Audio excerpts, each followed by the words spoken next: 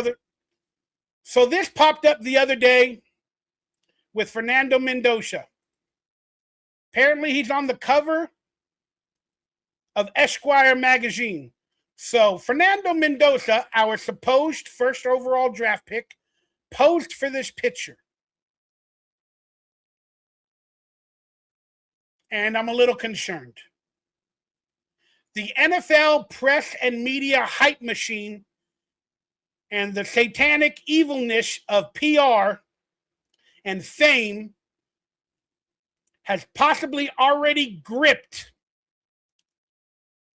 Fernando Mendoza. I'm not saying he will partake officially, but it's scary to think that a God-fearing man like Fernando Mendoza, now probably the first overall draft pick in 2026, coming into the league with fame and soon to be fortune, and I'm afraid and scared that all of this stuff is like the devil going to a God-fearing man and trying to grab him, trying to corrupt him. We're going to find out everything Fernando Mendoza is about this year. And I've watched a couple of interviews with Fernando Mendoza. He is not the best speaker, which is fine, but he's definitely on a PR run right now. I don't know who's running his PR campaign, whether he has an independent contractor or if it's the Raiders officially, but it's probably not the Raiders until they draft him. But he definitely has a PR campaign as expected to be the first overall draft pick. And now he's in a fashion magazine that's titled Mavericks of Sports, Esquire. And then God created Fernando Mendoza, a quarterback to believe in. I love the title. I love how they put the word God on the screen, and I'm excited. But again, fame and fortune might corrupt people. And it starts somewhere when they put a hand on you. And this is the hand that they've put on Fernando Mendoza. Because now he's posing for photos and doing interviews and PR already before the NFL draft. There's nothing wrong with it.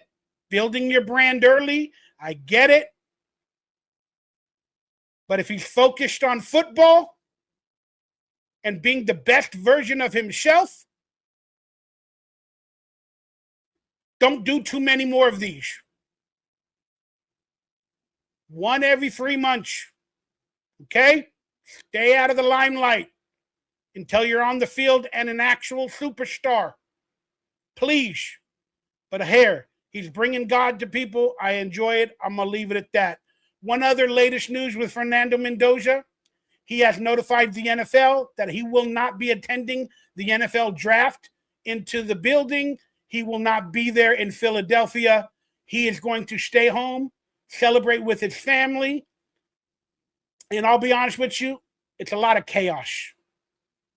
So that is one proof that he's not seeking fame and fortune beyond this article and this photo shoot by him staying home with his sick mother and his family, eating some Cuban food, Puerto Rican food, Dominican food, whatever food he eats. And he has notified the NFL he will not be there on draft day 1. But I hope and I pray that there'll be some interviews and a camera in his apartment or house or wherever he's at with his family. And I'm sure he will because he's possibly the number 1 overall pick. But do you guys agree with him being the number 1? Do you agree with him staying home for the draft? Or did you want him to be at the draft? What are your thoughts on it? My honest reaction when I first heard it, it just set in stone for me that Fernando Mendoza is that dude. that's focusing on football and family and faith. Not in that order, but that's what it proved to me. Then I saw this article and I was like, ah, shit. But hey, I'm actually really, really proud that that's the decision he made. Get away from the limelight and all that glitz and glamour and all that chaos and that bullshit. But some in conspiracy circles are saying the reason why he's staying home and he's not going to attend is because there's rumors that he will not be the #1 overall draft pick. Then the cameras will follow him all night like they did with Aaron Rodgers many years ago. And it'll become chaos and turmoil, and it'll be a really bad story. That is not even 5% plausible, in my opinion. But I had to give you guys the theory since I'm into conspiracies. And let's move along.